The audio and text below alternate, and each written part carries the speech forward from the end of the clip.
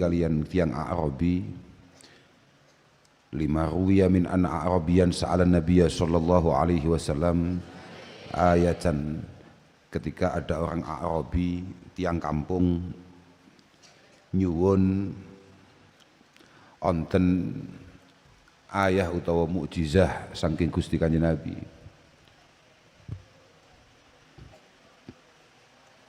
Faqala lahu kulli tilka syajarah Rasulullah yad'uk. Kanjeng Nabi kemudian dawuh datang Arabi, coba itu pohon omongi kalau dia saya panggil. Famalat an yaminiha wa shimaliha wa baina yadayha wa khalfaha hatta qata'at uruqaha. Tahu-tahu dia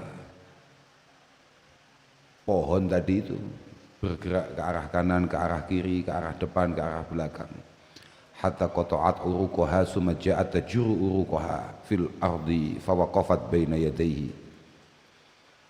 Langsung dia lepas dari akarnya, kemudian datang berdiri tepat di hadapan Rasulullah sallallahu alaihi wasallam. Wa qalat assalamu alayka ya Rasulullah, sambil mengucapkan assalamu alayka ya Rasulullah. Qala al-Arabi murha faltarji ila mambatiha. Durung marem belum puas Arabi tadi, kemudian matur lagi datang Rasulullah. Dia ngomong, coba kembalikan ke tempat asalnya. Fa'amaraha faraja'at wa dallat uruqaha fi mambatiha fastawat fihi. Langsung diperintahkan oleh Rasulullah untuk kembali ke tempatnya, dan memang pada akhirnya dia langsung kembali ke tempat asalnya. Ningali kejadian seperti itu, melihat kejadian seperti itu, faqala al-Arabi i'dzan li an asjuda laka. Kanjeng Nabi, kula jenengan paring izin, saya tolong diperbolehkan untuk sujud kepadamu. Faqala sallallahu alaihi wasallam, lau amartu ahadan ayyasjuda li ahad la amartul mar'ah an tasjuda li zawjiha. Oh, enggak perlu, kamu enggak perlu sujud kepada saya. Toh kalau memang saya harus perintah orang untuk sujud ke orang lain, niscaya saya akan perintah perempuan untuk sujud kepada para suaminya. Qal fa'dhan li an uqabbila yadayka wa rijlayka. Kalau begitu tolong perbolehkan saya untuk sungkem, untuk mencium kedua tanganmu dan kedua kakimu. Fa'adzina lahu, kemudian diizinkan oleh Rasulullah sallallahu alaihi wasallam. Menika innama lam ya'dzan lahu bisujud idzanan bi anna sujud la yakunu illa lillah. Yang pertama, kenapa Kanjeng Nabi tidak mau dia sujud kepada Rasulullah? Karena Rasulullah menganggap sujud fi syariah fil Islam hanya diperkenankan kepada Allah Subhanahu wa taala. Lianna makanahu minad jin azim, karena secara martabat as-sujud dalam kacamata agama merupakan satu hal yang luar biasa.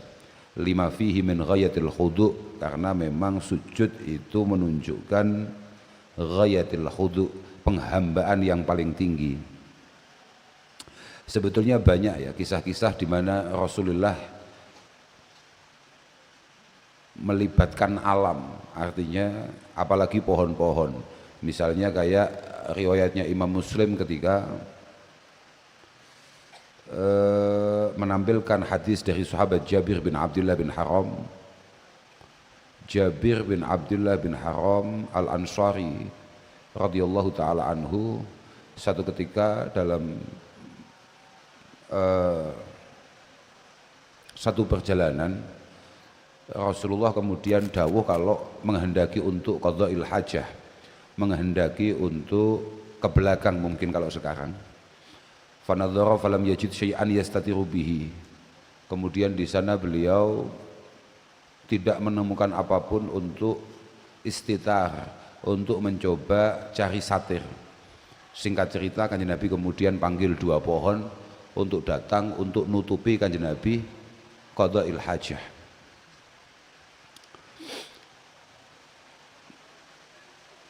ka'annama satarat satran lima katabat furu'uha min badi'il khati bil laqami. Ka'annama satarat koyo-koyo garis sajarah. Kok sajarah ya? Apa mau? Asjar. Ka'annama satarat koyo-koyo garis asjar, satron kelawan garis temenan.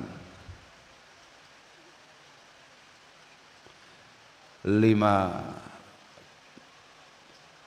maring barang katabat kang nulis ing emak apa furuha pira-pira pange asyar min badiil khatti bayane saking tulisan kang indah, min badiil khatti bayane saking tulisan kang indah, bil laqami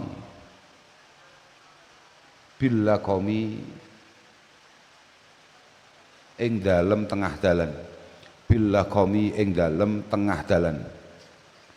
Artine menika nggambaraken hadzal bait li bayani atidaliha fi masyiha al-qawim wa sulukiha as-sunan al-mustaqim. Menika musannaf menjelaskan bagaimana cara datangnya pohon-pohon itu ketika dipanggil oleh Rasulullah sallallahu alaihi wasallam.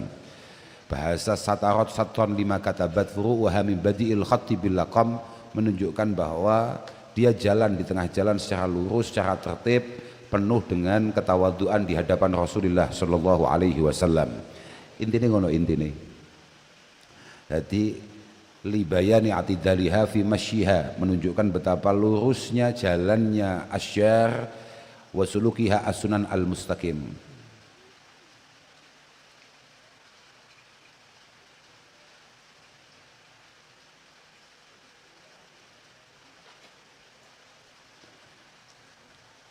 Sampai memberikan bekas-bekas yang indah sebagaimana yakni digambarkan oleh musannaf sebagaimana tulisan-tulisan indah para khattat, para penulis yang lurus, yang rajin, yang rapi.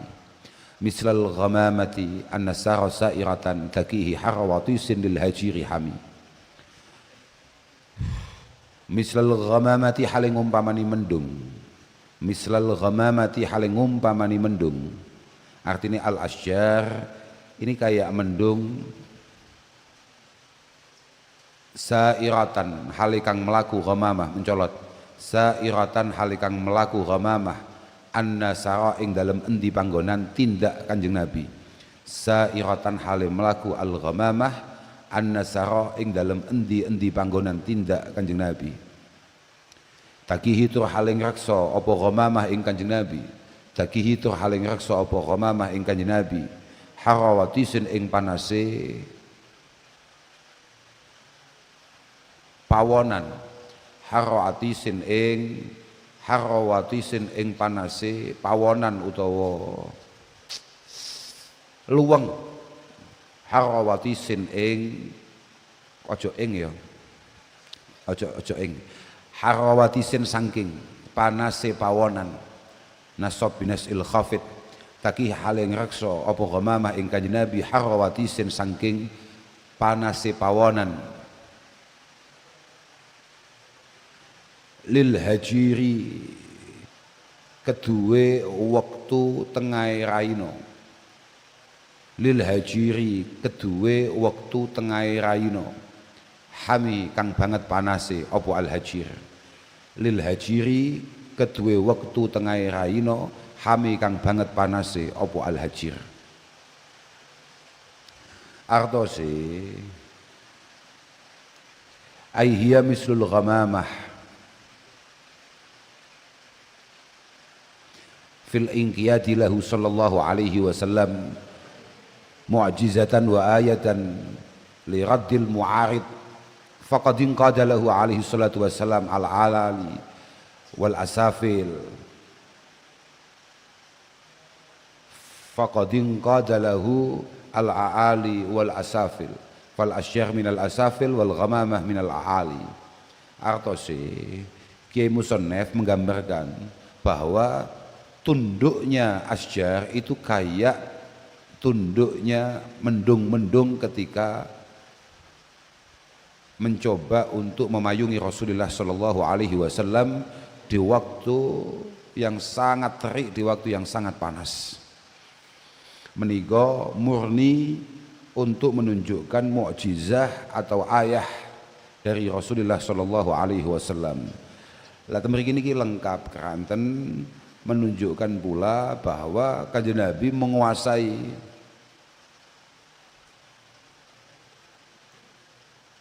al-aali wal asafil, semua hal yang ada di darat dan juga yang ada di udara. Pokoknya penguasa daratan, lautan, udara, bahkan api. Ngono. Pancen ngono.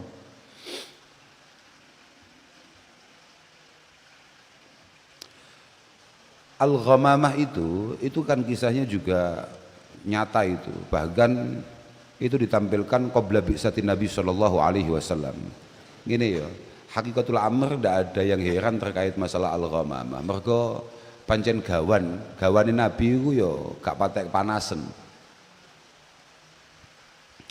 Mergo Kanjeng Nabi mendapatkan khariqul adah macam itu, hal-hal yang luar biasa macam itu bahkan qoblal biasa. Diriwayatkan inna Abu Talib kharaja ila Syam wa ma'ahu an-nabi sallallahu alaihi wasallam fi asyahim min Quraisy. Satu ketika Abi Talib beserta rombongan banyak para senior dari Quraisy itu keluar untuk menuju negara Syam,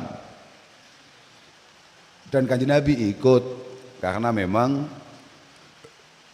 Kanjeng Nabi minta untuk ikut kepada majikannya, yakni Sayyidah Khadijah Al-Kubra yang kala itu masih jadi majikannya. Dan memang kepergian Kanjeng Nabi sangat dinantikan oleh Sayyidah Khadijah, mengingat enggak ada Nabi yang enggak sempat singgah di Syam. Artinya semua Nabi itu pasti pernah ke Syam. Maka ketika Sayyidah Khadijah binti Khuwailid Al-Kubra melihat tanda-tanda kenabian ada pada diri Rasulullah Muhammad sallallahu alaihi wasallam, Sayyidah Khadijah ini benar-benar menantikan kapan Kanjeng Nabi jalan-jalan ke Syam.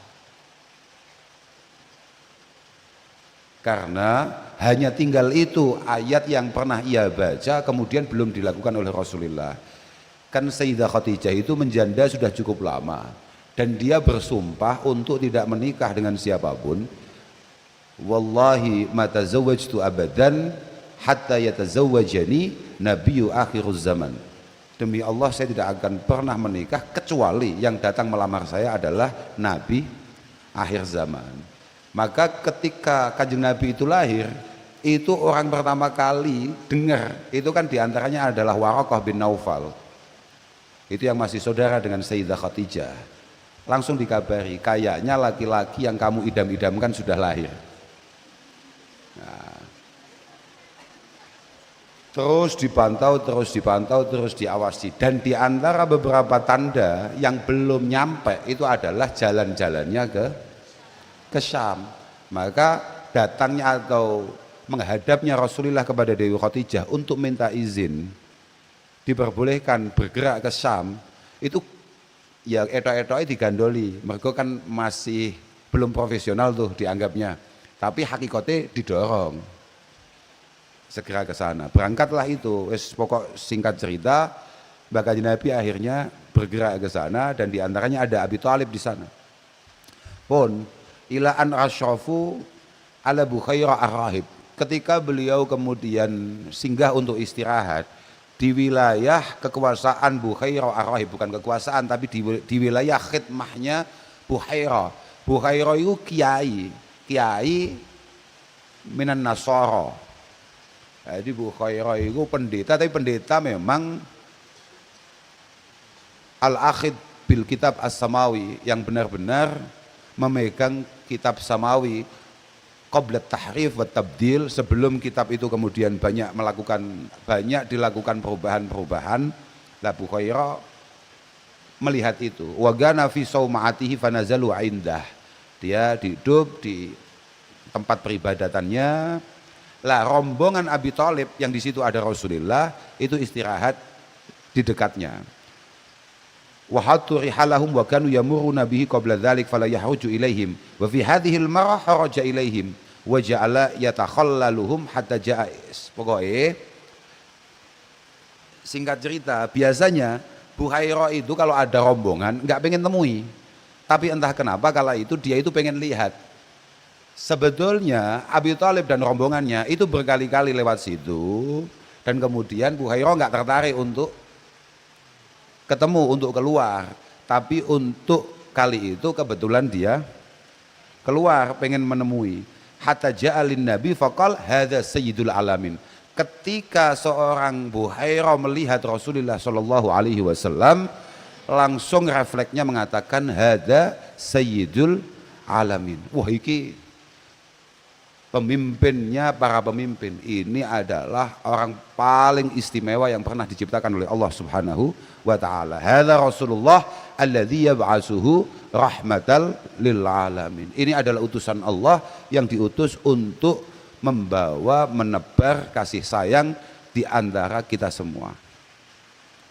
Faqala lahu asyakhu Quraisy. Kemudian para sesepuh-sesepuh Quraisy itu komen, "Wa ma'alamaka bihadza?" Kok roh awakmu? Mosok alamatnya apa? Faqal innakum hina asyraftum min Makkah wal ghamamah tudalliluhu fawqa ra'sihi wa lam yabqa hajarun wala syajarun illa qarra lahu sajida wa la yasjudani illa linabiyyin. Ini iki bil ihtisar nggih. Sajane tenggene Barzanji di mana-mana itu ada yang lebih lengkap, tapi kalau ini kelihatannya bil ihtisar di kitab kita itu. Iya, gampang saja, gampang saja saya tahu.